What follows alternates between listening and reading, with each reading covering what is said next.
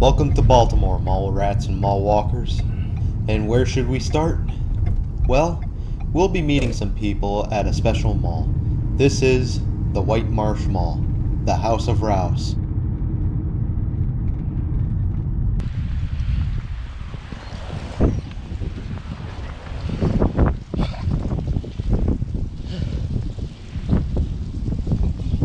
White Marsh Mall can trace its roots all the way back to 1965, when musings of a grand shopping destination were being planned for the northeast side of Baltimore, Maryland.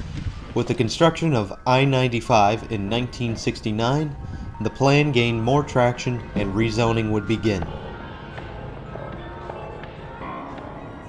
This would make way for Jim Rouse to come forth with plans for a shopping mall in 1972. The mall would take time to get off the ground, with just Sears committing to joining the development in 1973. But over time, the mall would officially open around 1981 with Sears, as well as Bamberger's, JCPenney, Woodward and Lothrop, and Hutzler's. History for the mall would be rather rough, with many anchor switch-ups occurring. Bamberger's would get replaced by Macy's in 1986, while Hecht's would come to replace Hutzler's in 1992. In 1998, Woodward and Lothrop would be replaced by Lord & Taylor.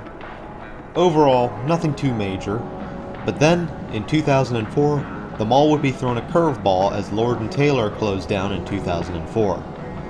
This was addressed, however, when Hecht's came to take on one floor as a secondary space, while the upper floor would be filled by Sports Authority. As some side information, while Hecht's and Macy's were busy playing musical chairs, new developments would be happening in the surrounding area. Directly south of the mall, a lifestyle center called The Avenue at White Marsh would officially open up in 1998, with stores coming in and opening up as they were built. While in many cases this would kill off a mall, White Marsh Mall would shrug this off like it was nothing. In fact, the two would come to complement each other even today. Elsewhere, Nottingham Square would open up just across I-95 from the White Marsh area, the plaza boasting a number of big box stores as well as restaurants and specialty services. Again, this would do little harm to White Marsh Mall itself. Getting back to White Marsh Mall, Macy's would acquire and vor Hecht's in 2006, closing down their store to take over both of Hecht's locations. This vacancy would quickly be addressed, though, by the cometh of the wonderful Boscovs. However, bankruptcy would close down this particular Boscovs in 2008. But oddly enough, when Boscovs began to recover, the company chose to reopen their location at White Marsh in 2012. Today, Sears and JCPenney remain as the only two original anchors of the mall. However, the mall boasts a full anchor lineup as well as a strong number of inline tenants.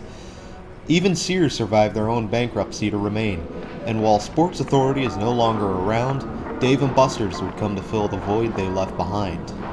I am pleased to say that White Marsh Mall is alive and well and shows no signs of slowing down anytime soon. We're finally in Baltimore, and I have to say, what better way to start off proper than with the elegance of a Rouse Mall? I think this is the first one I've ever set foot into in all of my travels. Growing up in North Carolina, the only major developers I ever had exposure to were the Jacobs Group, CBL & Associates, and General Growth Properties. And seeing this Rouse Mall in person, it really is something special.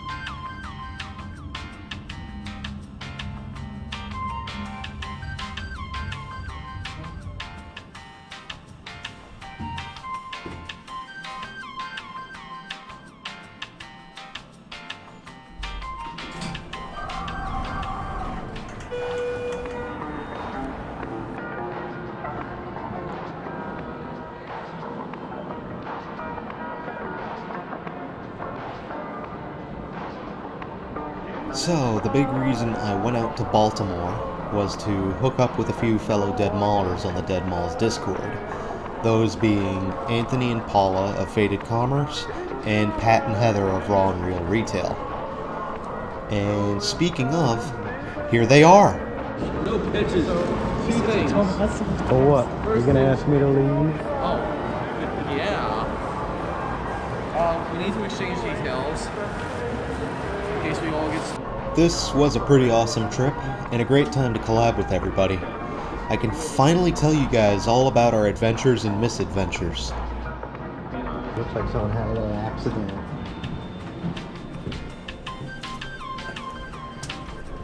No 2-floor mall trip is complete without an elevator ride. Although I kind of have to omit Century 3. You rode the elevator, didn't you? I rode it last trip, the more recent trip. It wasn't even on the last time. I tried pushing the button. That's what you were on the first time.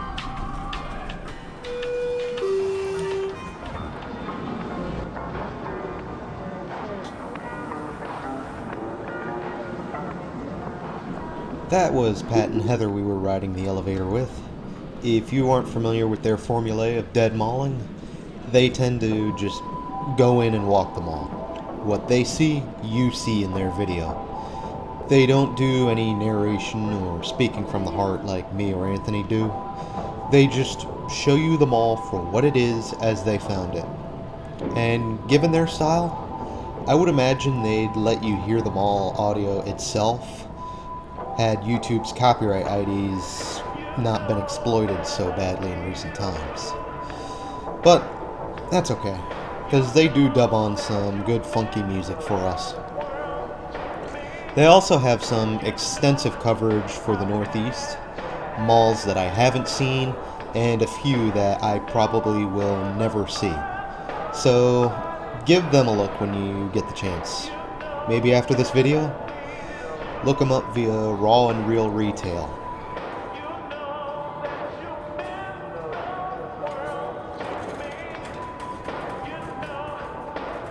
And here we are at JCPenney, boasting its mirror finish. Unpopular opinion, I prefer the wood grain facade, like we saw over at River Ridge Mall, or even the one at Biggs Park Mall.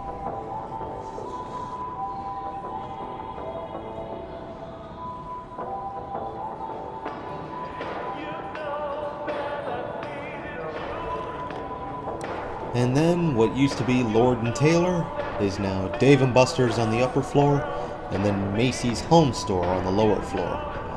We'll get a quick look at that Macy's in just a moment.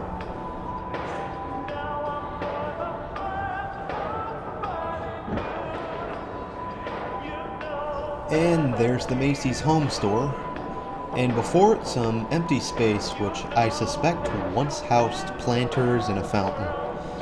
I need to find out who took that fountain out and tell them to put it back.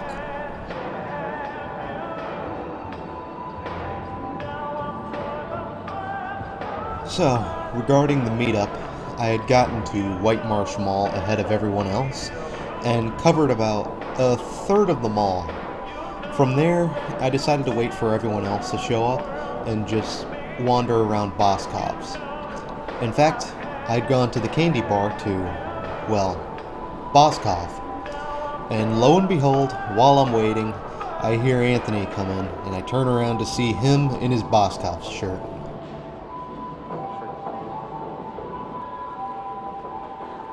And while on the subject, Anthony has one hell of a passion for this kind of thing. He has hit so many malls over 2018, and he's hit so many more this year.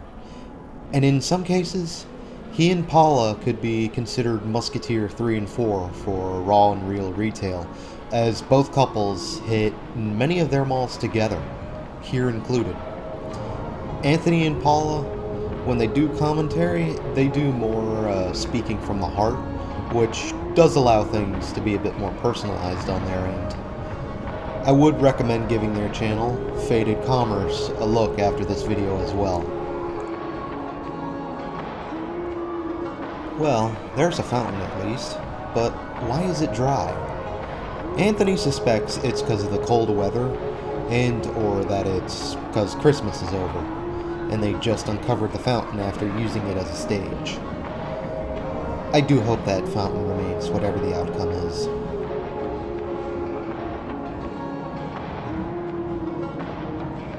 While here, someone found a vintage resale shirt in that Rue 21, and we all got hung up in that store trying to find out where they all were.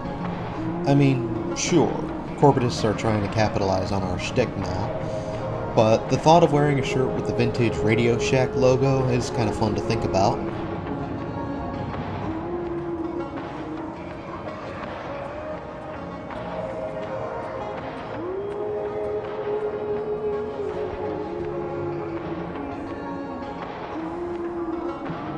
Round and round the drain Sears goes. When they'll finally go down, no one will know. And just like that, we're nearing the end of our tour of White Marsh Mall. All in all, a strong Rouse mall that shows no signs of slowing down and does look rather impressive. I do hope you enjoyed the tour. Like the video, comment about what you like, or dislike and comment about what you didn't like in the video. If you're new, I welcome you to subscribe, ring the bell, and stick around for more malls coming your way. Our next stop takes us to Towson Town Center, a massive high-end mall that I will look out of place at. If you want to discuss about White Marsh Mall, then I welcome you to join us at the Dead Malls Discord, where you can talk with me, Anthony and Paula, and Pat and Heather about the White Marsh Mall. Just answer a couple questions with the mods, and you'll be good to go.